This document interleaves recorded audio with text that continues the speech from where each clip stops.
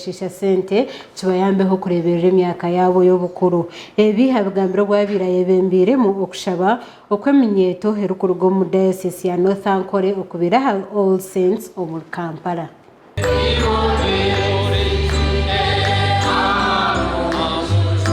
Eminyeto erikuruga omu bureberezi obwa North Ankole etebekaniseho omushomo ogwo kusiima Ruhanga hamwe n'ebintu ebyabakorire otireho n'okumanyana nk'abantu abari kuruga omuri burengero izooba. Okushaba oku kubire kwebembirwe Bishop owa North Ankole kandi omunyishengyero owa Kiruhura Wilson Kajwenje niwe abire ari omugenyi mukuru.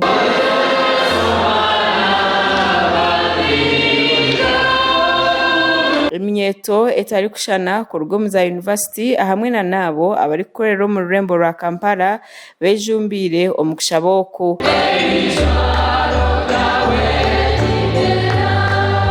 Eminyeteji omu kugamba kwabo borekire okwetomboita ahabw'obuzibu obu bari kurabamu baba nibagezaho okuburira ekigambo kya Ruhanga.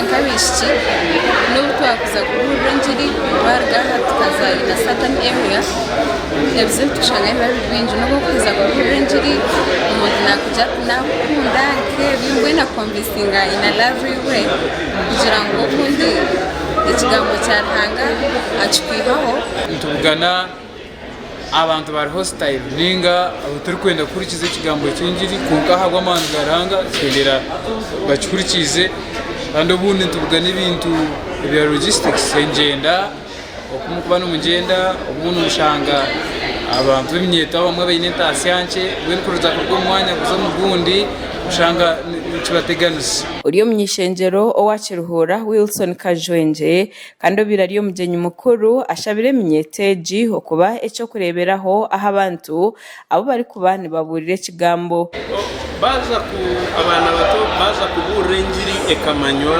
ekagera makuru nubo bonka bayetantare kandi babe cyo kureberaho cyo nico turi kubahigira ngo mu mico yabo no mu mitwareze no mu migambere na buri kimwe cyona betantare kibi urutaro abashinga babeta victor.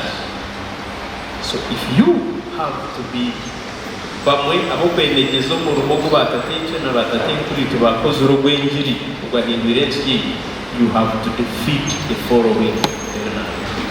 Ogwayonjire yashabe minyeteji okureba ngo no bukirabe ngo nibabugana ebizibu byinji omukore mirimo yabo agize ngo bine kwerinda ebintu ebibi nko muringo gumwe ogwo kwisa Ruhanga ekitinisa. Abana bato mu Kampala bateganiswa okubure mirimo bateganiswa na sente okwerebera bateganiswa endwara bateganiswa cyo gushambana n'ekintu umukoro nko ogwekanisa ni kikuru munonga okubashomesa bakababurira engiri bakakura umusingi gw'ekanisa gwo kumanya Ruhanga hamwe no kwetantare kibi bakareba ngo tubanywa njayi tubaza mu bushambani abo kubibyona bibaretera babura amagara no kufa bafa ubona kugira umugasho kugwegerera no kugugirira ihanga atakishye okufellowship zobaza kugambira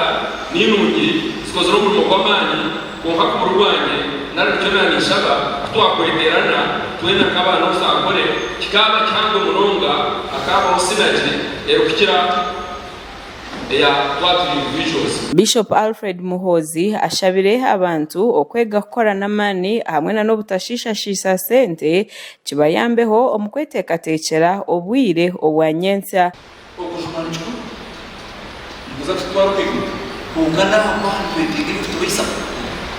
We need to work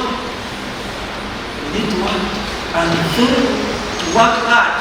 Bishop ayonjire yahabura abantu okugumana betebe kanisa kandi bakakora entekateka baba nibakora emirimo yabo ngo abo kubati bari kumanya nyensi yabo. Plan ahead of time. Isn't it? Plan ahead of time. Betete takachikoze kuza kuno ikikintu gushema inga tukintu nyabwe